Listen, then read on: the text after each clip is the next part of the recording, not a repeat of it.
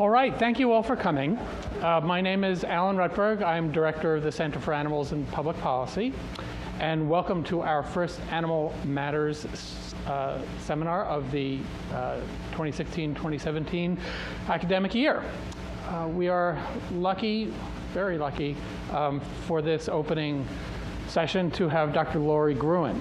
And Lori is the William Griffin Professor of Philosophy at Wesleyan University, where she coordinates Wesleyan animal studies. She's also Professor of Feminist, Gender, and Sexuality Studies and Science and Society. She's the author and/or editor of 9 books, including Ethics in Animals, an introduction, The Ethics of Captivity, and Entangled Empathy, which is what she will be talking about today. She's a fellow of the Hastings Center for Bioethics and a faculty fellow here at the Center for Animals and Public Policy, and was the first chair of the Faculty Advisory Committee of the Center for Prison Education at Wesleyan. Lori has documented the history of the first 100 chimpanzees in research in the US and has an evolving website that documents the journey to sanctuary of the remaining chimpanzees in research labs, the last 100. Her research lies at the intersection of ethical theory and ethical practice. She has written on a range of topics in practical ethics, and her current projects include exploring human entanglements with non-human animals, both actual and conceptual, with an emphasis on ethical and political questions raised by captivity. Lori has been here, has talked to our master's students for a number of times now, and we would like to share her with the campus. So Lori, thank you. It's great to be here. What I'd like to do today is talk to you a little bit about my view of entangled empathy, which is a view I've been developing over a number of years. And part of what I'd like to do is talk to you first about why it is that I thought it was important to develop the view, talk a little bit about what the view is, and then, as my title indicates, try to talk about some challenges with my view. One of the reasons why I think this is an ongoing and interesting question is because I'd really like for entangled empathy to be a view that's taken up in practice, both by practitioners, people who are engaged in human-animal work, but also by scholars who are thinking about these questions, both from an ethical point of view and in the broader field of animal studies that I'm helping to shape. And so part of what I'd like to do in thinking of the challenges is try to anticipate a few of the worries and respond to those worries with the view.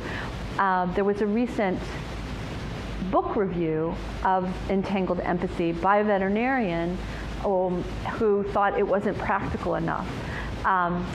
True enough, it had some practical implications, the book, but it's a project that I was trying to articulate in opposition to a set of standard views. And let me start by talking about those. Essentially, what I'm interested in thinking about, as are many people who are concerned about ethical questions that arise in our relationships with non-human animals, is the view that is known widely as human exceptionalism. I'm interested in resisting human exceptionalism, particularly the view that all and only humans matter from a moral point of view. That's how I understand human exceptionalism. There's a view that's been very standard in resisting human exceptionalism, and that's the view that is often associated with Peter Singer. It's called the sentientist view, and that view is the view that says not that all and only humans matter, but that beings that have experiences or can suffer and experience pleasure or pain, all of those beings matter. So from the point of view of ethics, we're not just concerned about humans, but we're concerned about other animals who can experience pleasure and pain. And one of the ways that we determine which animals those are, and one of the centrally important tools of the view that's very common in animal ethics, is that we base that, yes, go, go there. We base that on this idea of the similarities that other animals share with us. And this is a very standard approach. And there are all sorts of amazing things that, as many of you know, or maybe all of you know, that other animals do that we do too. And this is part of what grounds or roots the idea that we ought to extend the sphere of moral concern beyond the human to include other animals, including this dingo named Indy, who I met in Australia, who is a rescue dingo. Okay, so the sameness view focuses on a variety of different kinds of capacities, and it's in virtue of these capacities that the ethical consideration or ethical concerns are extended outward. This is Emma, by the way, who is trying to get out of her enclosure. Not really. She had just watched the person who came to fix the hydraulic system, and she's doing what he just did. But what this shows, and there's many, many instances, is that we know that animals use tools, and tool use is thought to be the kind of thing that originally it was believed that humans were unique in the capacity for tool use, and of course we know that many, many other animals use tools. And it was in light of this that people started thinking, maybe we really need to rethink what we mean by human if we're thinking about tool use. We know that animals manipulate their environments in all sorts of ways, and this too is something that we do. We do it in a much more destructive way. However, elephants are also pretty destructive of the environments that they are in as well. So it's not just that our manipulation is both good and problematic, but also other animals manipulate their environments in both good and problematic ways. And other animals like us solve problems that are both physical and social, and I think increasingly we're learning remarkable things about animals that we didn't think necessarily had capacities of what some are calling empathy. For example, rats who will actually at some risk to themselves and in fact giving up a very highly desirable reward will work to solve a social problem that another individual is in. Some animals that some chimpanzees that I've worked with over the years use symbols to communicate to not just us, but also each other. Some actually understand and use human languages. I'm always quite amazed when I'm with Emma, this chimpanzee, when I ask her, for example, to bring me that wrapper from the granola bar that I just gave her, she will bring me that wrapper and things of that sort. So she understands human language. She was enculturated. She lived with humans from a time when she was a young child, and so it's not surprising that she would understand language. They're emotional beings. I think this is one of the things that increasingly is you read about it constantly in the media. The media is very excited about the idea that other animals might have emotion. Frans de Waal has done some remarkable work and his team has to show how many animals respond to injustice and betrayal. How many of you have seen that video of the capuchin monkeys reacting to getting cucumbers instead of grapes? A marvelous example of what de Waal and his team are suggesting is a response to injustice. And animals, we might say, are like us in many morally salient ways. They feel things, and importantly, their lives can go better or worse for them by their own lights. And so because of these various similarities, many of those who work in the field of animal ethics have suggested that we ought to attend to and extend our ethical concern to other animals. Now, my view is not to reject that completely, but I also raise some worries about these more what I call traditional approaches. Part of the worry that I have about this is it overlooks what matters from the animal's point of view. This, by the way, I'm sorry, I can't help but bring my chimpanzee friends with me wherever I go.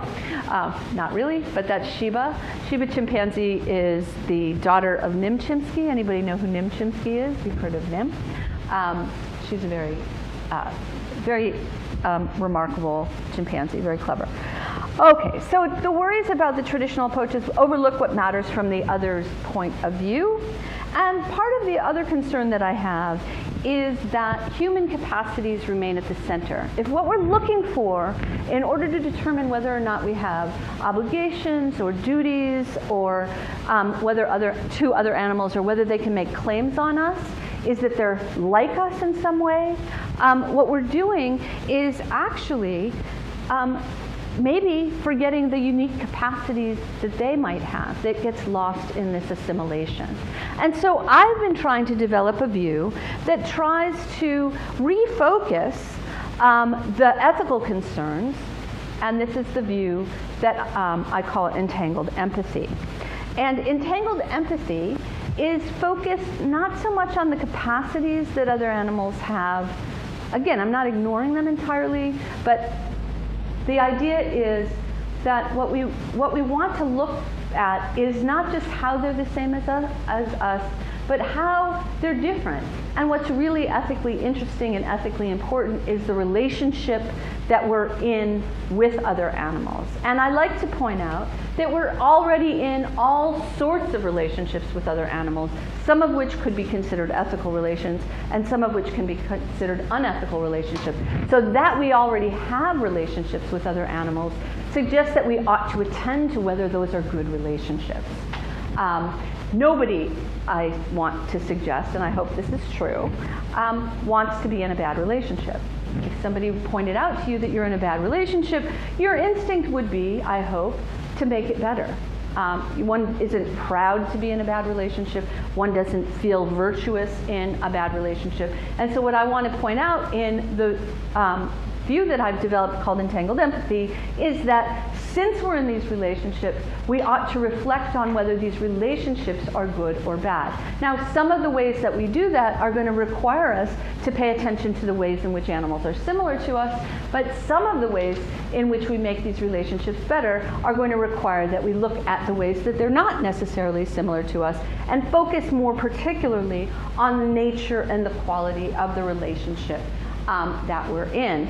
And to really try to make these relationships better, I argue what we need to do is develop a capacity to engage in a process that I call entangled empathy. So let me talk a little bit about what entangled empathy is before I get to some of the worries. There's a number of different ways that people have talked about empathy. Empathy is one of those terms that gets used in very distinct and very different ways. So I want to first be clear about it. Here's a lot of words and covered a bit. But so there's a variety of different kinds of empathy. The ability to put oneself into the shoes of another person, to understand her emotions and feelings. That's one of the ways that people understand empathy. It's a form of inner simulation, you might just think. Like, what is it like to be sitting there working on a pink apple? Or purple? Pink or purple? So one of the things one does when one empathizes is try to put oneself into the position of another. That's not exactly my version of empathy, and I'll say more about that in a second. Also, it's been suggested that empathy is a form of psychological inference in which observation, memory, knowledge, and reasoning are combined to yield insights into the thoughts and feelings of others. That's an important piece of my view as well. We need to actually do a lot of observation and spend a lot of time thinking about the distinct personalities and behaviors and species-typical repertoires of these others. But that's not the extent of empathy as I'm understanding it. It's an emotional response to more appropriate to someone else's situation than one's own. For me, empathy isn't just an emotional response. It's a process in which emotion and reason together provides us with a better understanding of the situation that another is facing. And part of what's really important about my view of empathy is that it's fundamentally focused on flourishing, the flourishing of another. So there's a couple of important conditions for the process of entangled empathy that I wanted to highlight. One is, and this is not always true of other versions of empathy, one is that there has to be a self and other distinction made. One of the worries, and I'll get to this in a second, is that when we're empathizing with another, particularly another who is non-linguistic, we're unable to really understand their perspective. And so what ends up happening is that we might project, and I'll get to that in a second. Part of what's super important is that we not just put ourselves with our interests and our desires and our experiences and our sort of ways of seeing the world into the position of the other. That would be not entangled empathy, that would be some other version of empathy. What's also a central condition of entangled empathy is an awareness of the interests of the other as distinct from oneself. And again, this gets back to what I was saying about flourishing. There is an important motivation to act to satisfy the interests of the other. So, a couple of other things about entangled empathy. It's not merely an emotional contagion. A lot of the writing about empathy seems to suggest it's reactive, but this is not entangled empathy. It's not just that. You might have heard all sorts of other animals will yawn when we yawn, and I probably shouldn't have said that because now you're all going to start yawning. I won't actually yawn, but that's what emotional contagion is, this idea that once I start yawning, you'll start yawning, and other animals will start yawning. It's not clear to me why yawning is an emotion, but that's another matter altogether. That's what it gets called. It's kind of also sometimes referred to as affective resonance. Babies in a nursery, one starts crying, they all start crying. It's not a cognitive process. It's just a reaction. My view is not that this kind of emotional contagion is the extent of the process of entangled empathy. But importantly, it can be used as an insight, right? We can actually notice that we're doing that, and in noticing that, learn a little bit more about the conditions that we're in and what kind of relevant factors to understanding each other's flourishing and other animals' flourishing might be present in that situation. Another part, a very important part of entangled empathy is the critical attention to these conditions that undermine or might undermine the well-being of, and I'm calling them objects of empathy. The problem here is there's no word for the being with whom one is empathizing, and so that's what I mean by object. Not that these beings are bottles or your bottles or pens or something like that. Okay, so entangled empathy is this process whereby one is attentive or attuned to the interests and conditions and experiences of another. That attunement might come about through emotional contagion. It might come about through a whole variety of things. You might hear something, you might see something. You then direct your moral or ethical attention towards that other being. And from there, you work both affectively, emotionally, and cognitively or rationally to try to understand what this new relationship, or maybe old relationship you're in, is calling you to do. What do you need to know to make this relationship a good relationship? And I want to suggest that this focus on relationships and this process of entangled empathy is a better way of approaching our understanding of what we owe other animals than the more traditional approaches that I mentioned earlier that focus on the ways in which they're similar to us, and we just need to sort of calculate what their interests might be. So that's the view. I'll say more about the view as I defend it from some of the challenges and concerns. And I want to raise first a particular kind of skepticism about the view. This is from a philosopher, Jesse Prinz, who teaches in New York City. And what he argues is that in the moral domain, we should regard empathy with caution, given empathetic biases, and recognize that it cannot serve a central motivational role in driving pro-social behavior. Perhaps it has a place in morality, but other emotions may be much more important, emotions such as guilt and anger. He says, when confronted with moral offenses, it's not enough to commiserate with victims. We should get uppity. My view is, and this is one of the things some of you may have seen Paul Bloom, who's the very prominent empathy skeptic. He writes all over the place against empathy. We should be against empathy.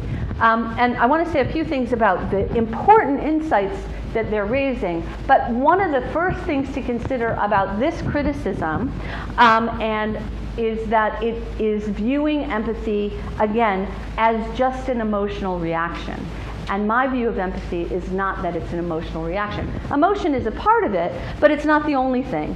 And guilt and anger are interestingly appropriate for certain situations, situations of extreme discrimination or extreme injustice, but it doesn't seem that those are necessarily appropriate for a whole range of other ethical contexts in which we're responding and interacting in different ways to different situations. And so it seems to me that putting empathy in a camp or in a bucket where you have to decide, okay, what's the right emotional reaction? Guilt, anger, empathy?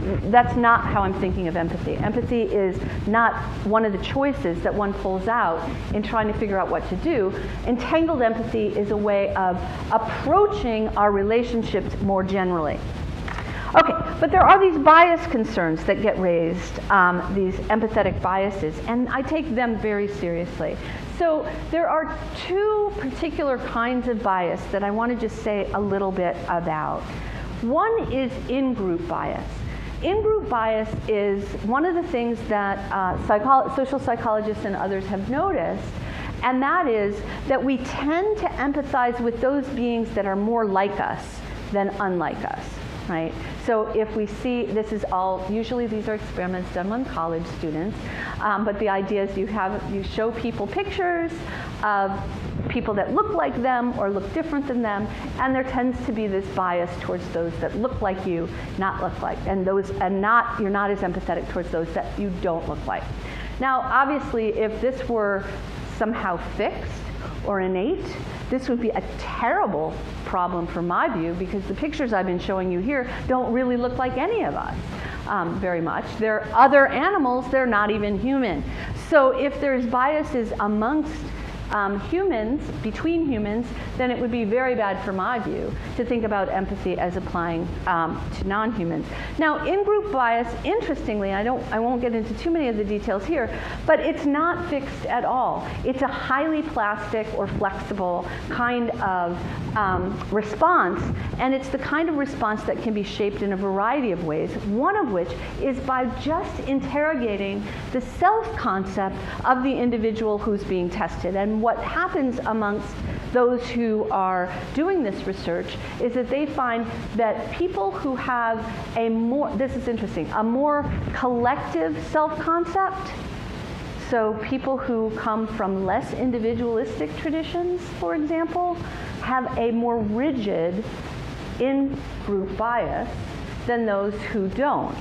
Nonetheless, those are often the kinds of concepts that can be shifted by really just pointing it out, which is amazing. So if you have, let's say, someone who comes from a more collectivist culture, and they recognize someone who appears to be from that culture, they will express a very strong in-group bias, whereas those of us who have, let's say, come from the United States, a very individualistic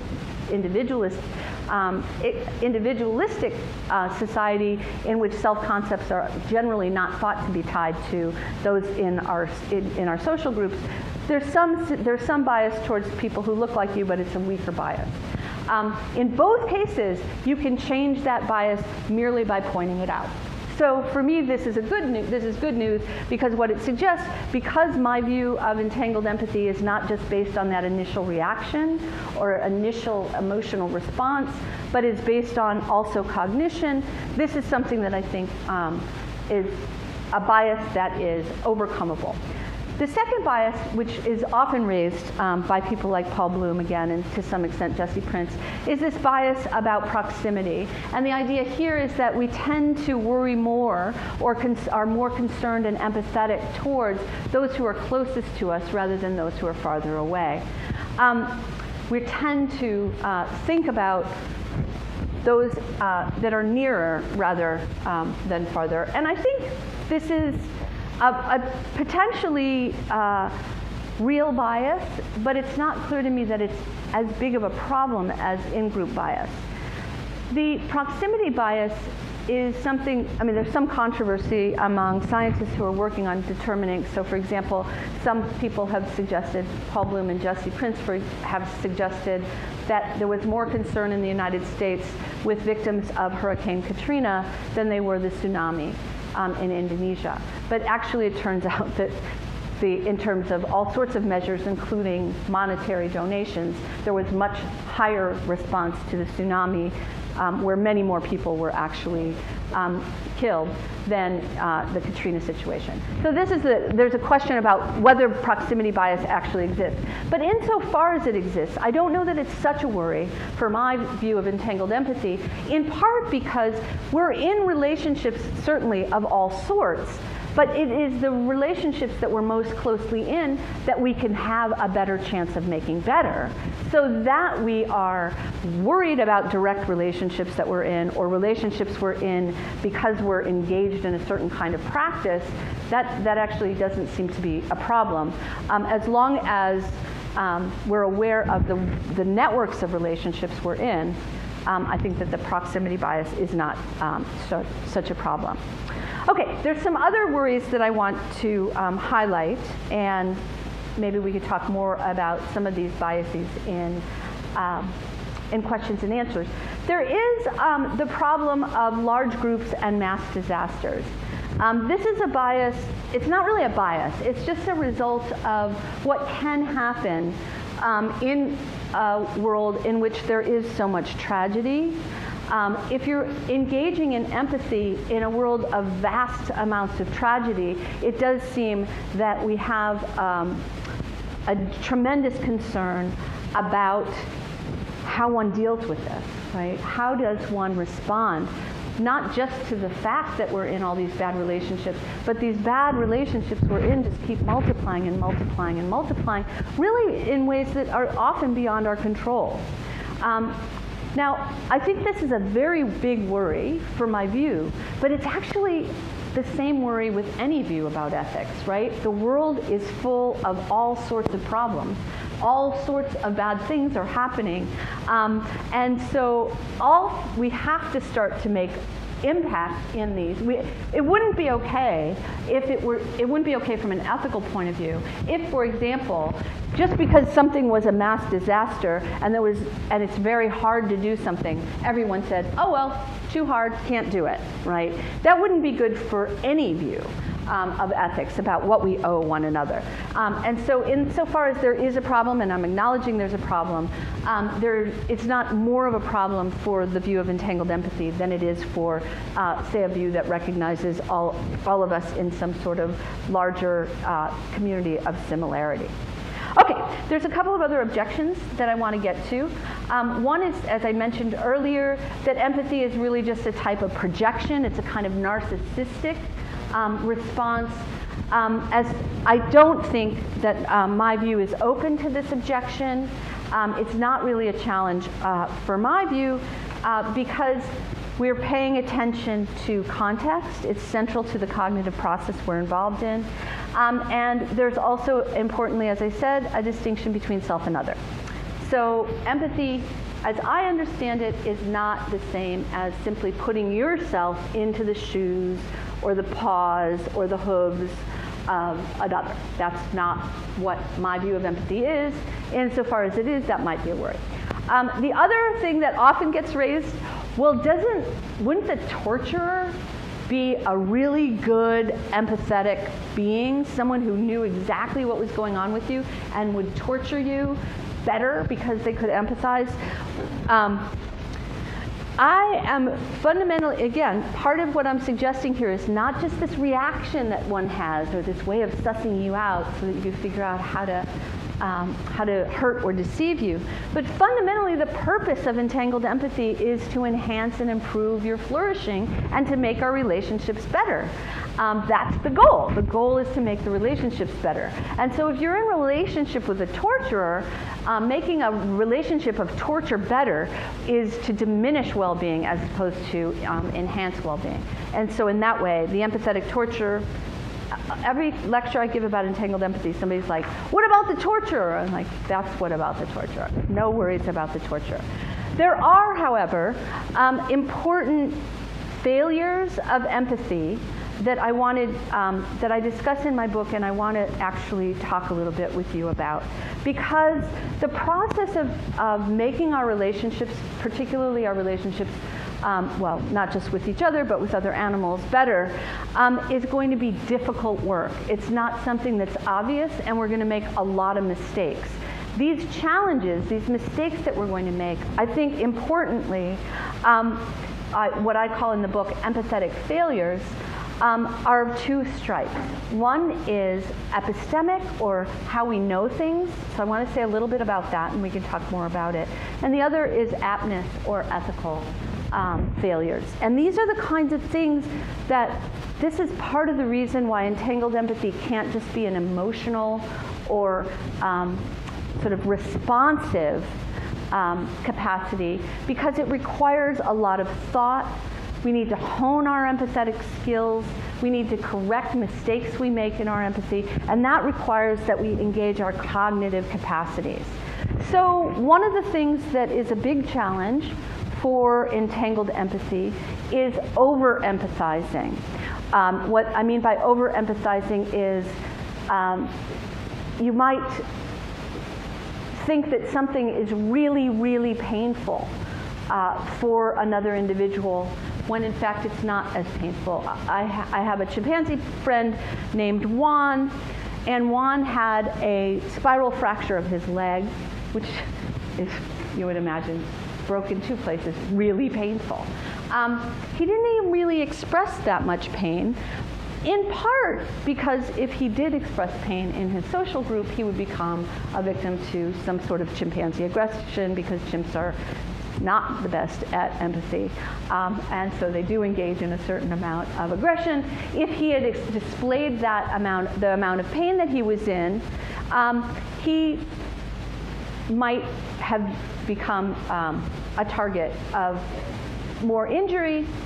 But what this suggests to me is that maybe, sure, it was painful. I'm not saying his break was not painful, but maybe we over-empathize a bit in thinking about just how painful it is, because actually chimpanzees evolve in a context in which group aggression is very much a part of the way they interact. They also make up. That's part of why they're aggressive, but it doesn't really suggest that sort of there may be a sense in which being able to tolerate great pain is something that might be a part of what most typical chimpanzees, a capacity that most typical chimpanzees have.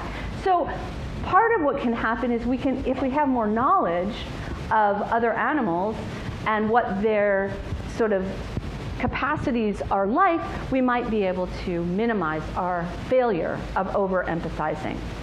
But more problematic than this over-empathizing challenge is under-empathizing. And I think that to a large extent, most of us simply don't empathize as much or as well as we could with each other or with other animals.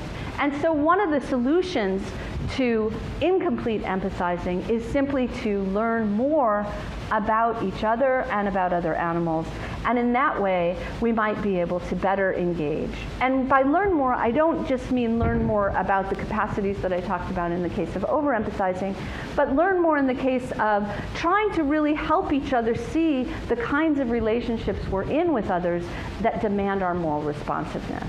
So incomplete empathizing is often based on a way of sort of thinking, I'm just not, I think that's silly, I don't want to be engaged in a kind of empathetic attention or relationship, or that's girly, or whatever that might be, the prejudices we have. So incomplete empathizing requires more information to recognize the kinds of prejudices that we might be bringing into our experiences of the world, including prejudices that exclude other animals, and trying to address those so that we can attend to the variety of relationships that we're in.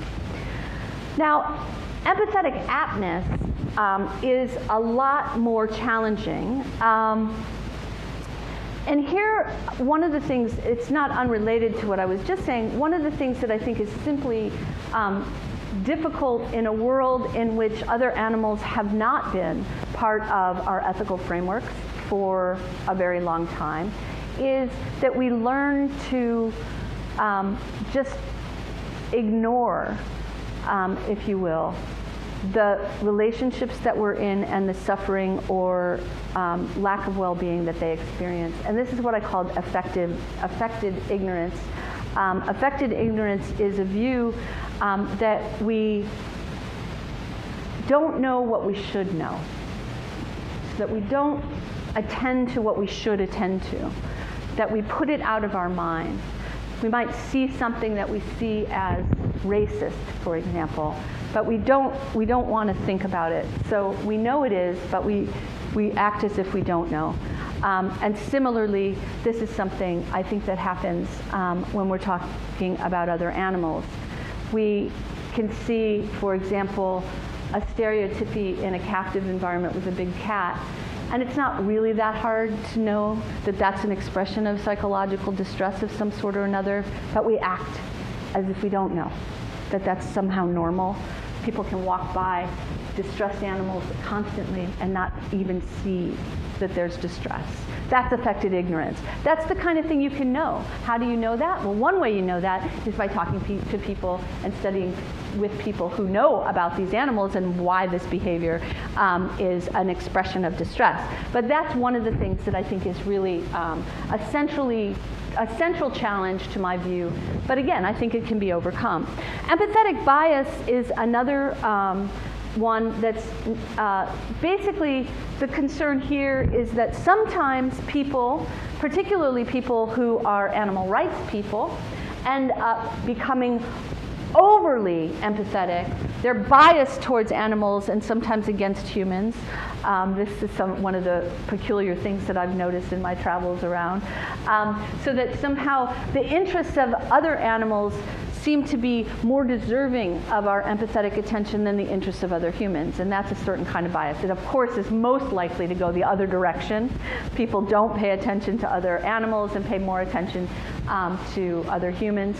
So that's a kind of bias. Again, just getting more balance, recognizing and reflecting on these situations is one way to overcome this failure. But this is a real failure. It's not the kind of thing that I think, oh, no, this doesn't happen. And then there's empathetic overload. And I think this is something really important for veterinarians and for doctors and for those who are really working on the front lines of trying to prevent animal suffering. If you're really empathizing with the suffering of others, it's going to potentially paralyze you, as it were. And so one of the things that I think is a central part of overcoming that challenge is to recognize that your job is both to empathize and to figure out when not to empathize. So one of the ways that we can do this, and there's lessons from many of the people who are psychologists and therapists for people who have post-traumatic stress disorder from war settings. And one of the things that they do, and they report on it, if they listen day in and day out to the horror stories of the people who they're treating, they're empathizing with them, they're not going to be very good therapists, because they too will then have a certain or develop a certain kind of post-traumatic experience. So what ends up happening is you engage empathetically and you put in place structures that provide you with outlets for understanding and moving through the kind of empathetic distress that you might have experienced. And there's ways that happens by reflecting on how successful you've been when you're successful, reflecting on sort of the ways in which you've helped, focusing on specific cases in which you've helped. And just also noting that you're in overload mode and you have to change. This, for people who are involved in sanctuary work where animals are dying, people who are involved in veterinary work where animals are dying, people who are working in hospitals or other care facilities. These are centrally important skills and tools and challenges that need to be overcome. So entangled empathy is really about encouraging the cultivation of a particular type of perception where you're attending to particulars, the conditions that others are in. You're alternating between your perspective and the perspective of the other. I use the word person here, but I include, as some of you earlier know, I include most other animals in that category of person. You make, in the case of animals, natural observations are a really important part, and this is very, very important for understanding our captive relationships with captive animals, and ultimately we're focused on well-being or flourishing. And this requires a certain set of skills, and I just want to end by highlighting some of the skills, and I encourage you to think of others. We want to develop patience, courage, self-reflection, and primarily, one of the things that we really want to make sure that we're doing is developing a type of humility. So, thank you.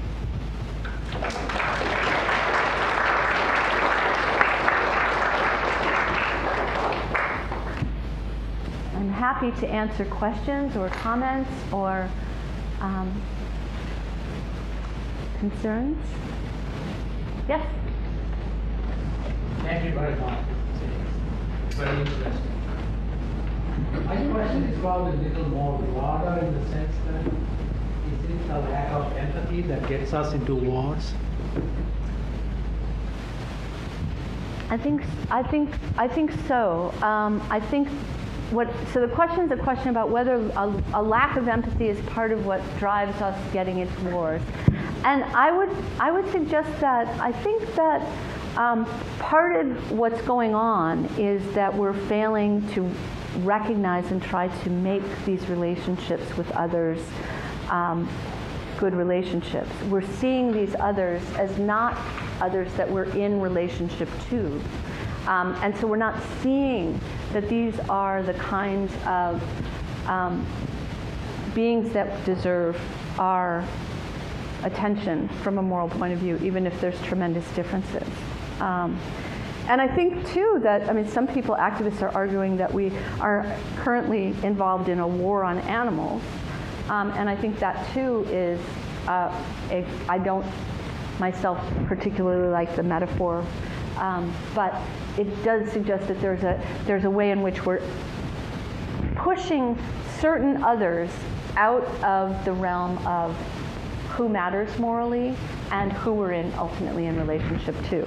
And I think importantly, once you switch it, you think, I'm in a relationship of destruction with this other. Whoa, I don't know I wouldn't call that a good relationship. So I think, yes, in the case of war, that's the point, is to be in a relationship of destruction.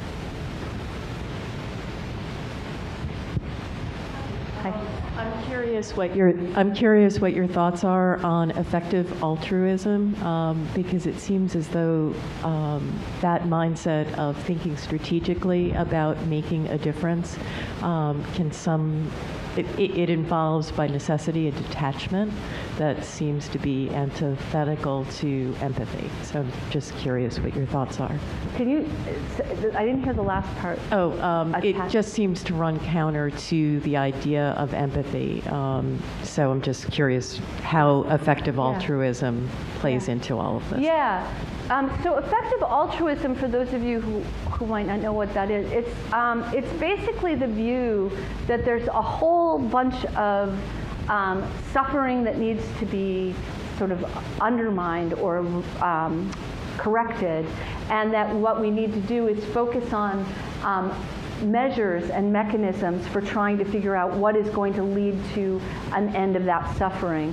And so it's a very utilitarian point of view, which is what, and so the idea is that what we're going to try to do is figure out what is the best way to use this amount of money to go and help this population, and is this money best spent here buying these mosquito nets to prevent malaria, or is it best spent here to try to help these individuals sort of get a well?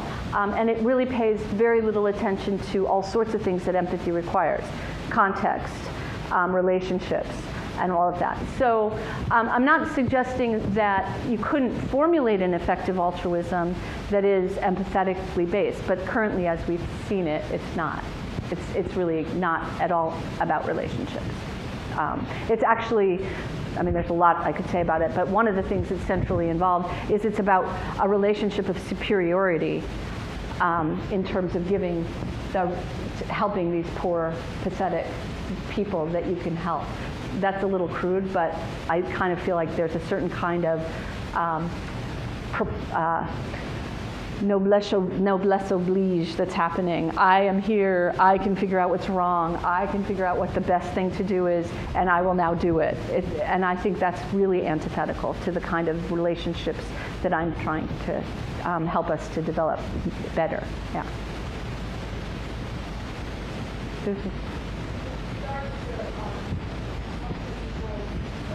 They would be taking care of a group of animals, like say taking care of your cattle herd.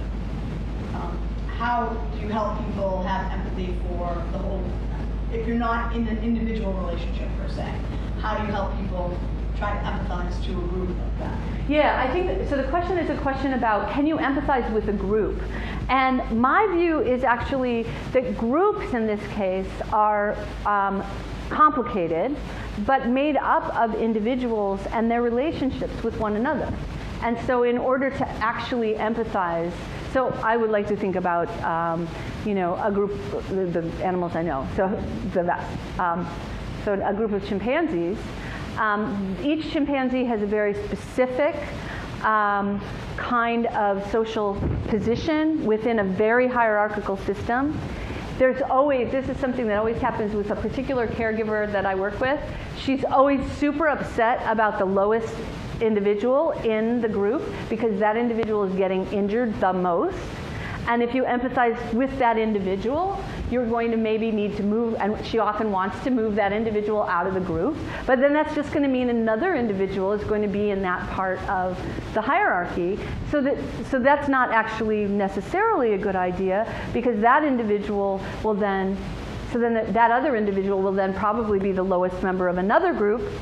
And so I think to empathize with the group also means empathizing with the individuals and fundamentally understanding sort of the nature of the relationships within the group.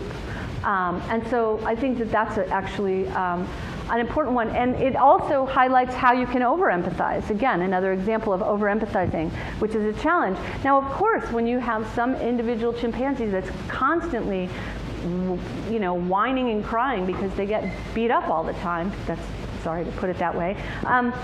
It does mean that you're going to feel bad for that individual, but also you have to empathize with the whole picture. And so I think that the empathizing with the individual means also empathizing with the group, because you have to pay attention to the particularities of the context. Okay, thank you very much, Lori. Yeah, you're welcome. We have to get out of here, but Yeah. I really appreciate it.